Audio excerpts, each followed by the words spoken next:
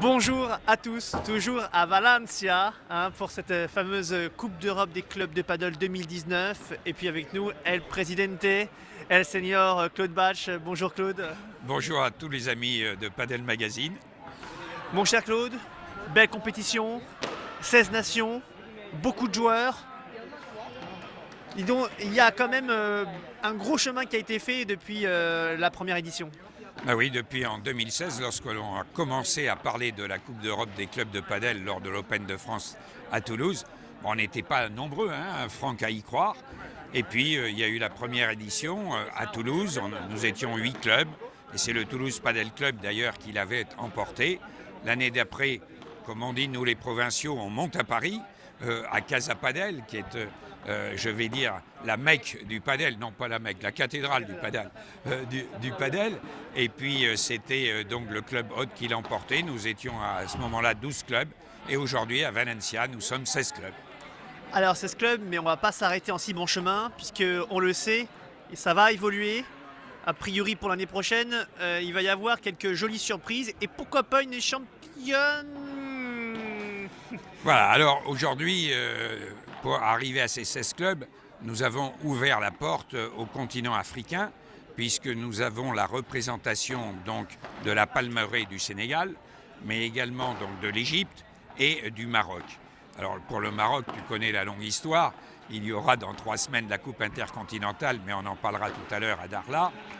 Alors oui, c'est vrai que lors de la réunion que nous avons eue hier au soir, beaucoup de présidents de clubs qui étaient là nous ont dit « mais nous, on souhaiterait organiser sur notre territoire ». Alors est-ce que c'est au niveau national, régional ou au niveau local? On souhaiterait organiser un mini-championnat pour qualifier 2 clubs. J'ai fait HEC, les hautes études communales, et j'ai appris donc l'arithmétique et 16 x 2, 32. Donc il est fort possible que l'année prochaine, nous soyons 32 clubs. Et comme tu le disais, mon cher Franck, ça fait beaucoup de joueurs, et ça fera 270 joueurs et joueuses qui seront là pendant 4 jours, voire 5 jours.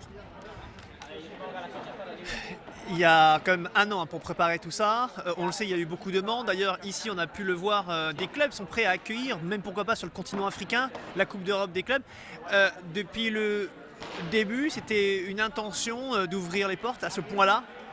Alors, tout d'abord, l'Association européenne des clubs de padel, c'est des clubs de padel, je le répète, privés.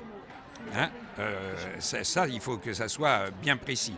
Alors, ces gens-là sont des entrepreneurs, ils ont des projets, des idées, ce sont des gens qui réagissent très vite.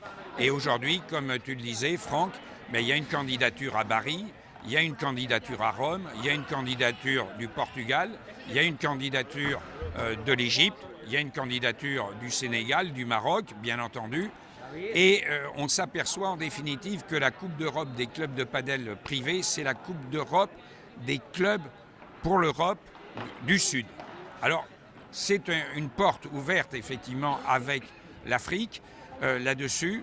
Et je vais, à la demande donc, de chacun, pendant les 2 mois qui viennent, je vais me rendre dans chacun des clubs et on va discuter un petit peu parce que 32 clubs, ça ne se gère pas comme 16, c'est une grosse infrastructure. Sommes-nous capables de le faire? Ce n'est pas certain non plus, puisqu'on n'est pas une équipe quand même énorme, même si maintenant on a un permanent, un salarié, c'est quand même un gros travail.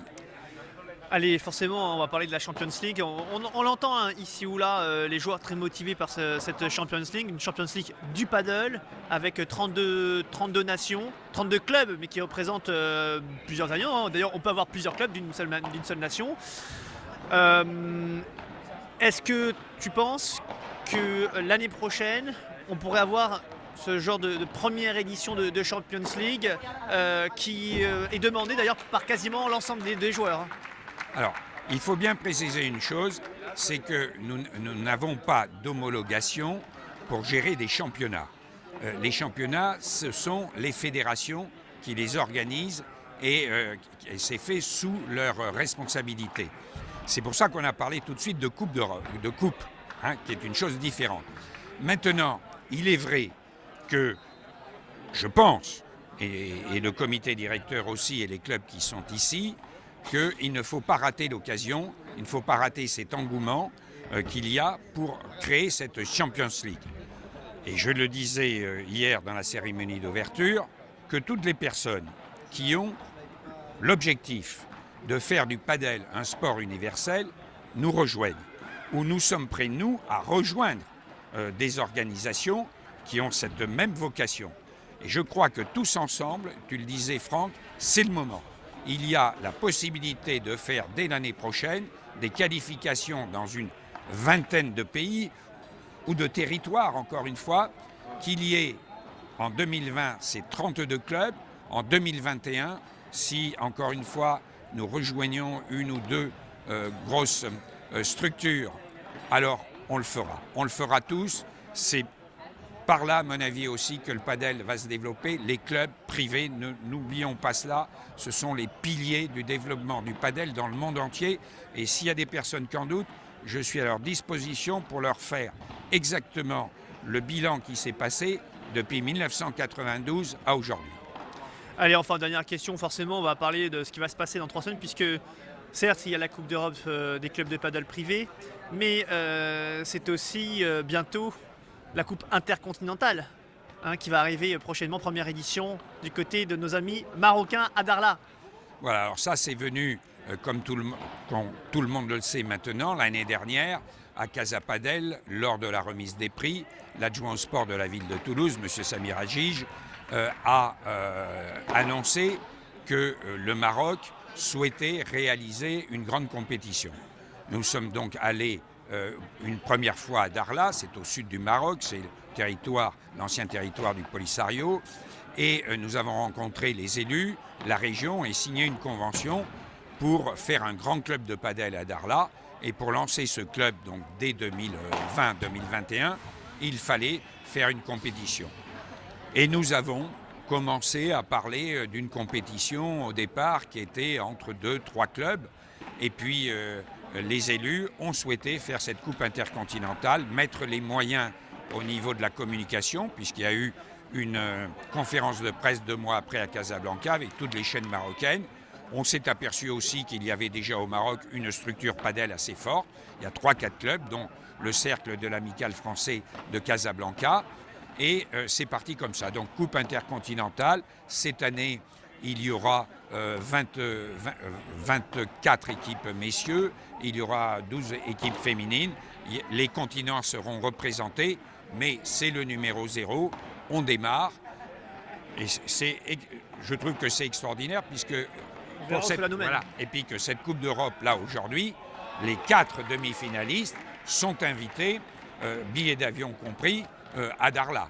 Donc, je peux vous dire que là, on arrive cet après-midi aux demi-finales. Oui, on les a sentis chauds, d'ailleurs. C'est chaud, hein. C'est chaud. Il y a des matchs. Voilà. Donc, ce sont des petites choses faites avec, encore une fois, des gens qui ont le même objectif, faire du padel un sport universel. On n'a pas des gros moyens, je vous rassure, ne nous appelez pas pour toucher des cachets là-dessus, mais on est prêt à travailler avec quiconque le souhaite.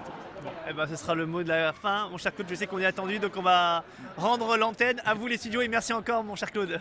Merci à tous ceux qui suivent Padel Magazine et qui sont cette communauté qui fait que petit à petit, quand on dit padel, on ne pense pas forcément à la planche qui va sur l'eau. Merci Franck. Merci Claude.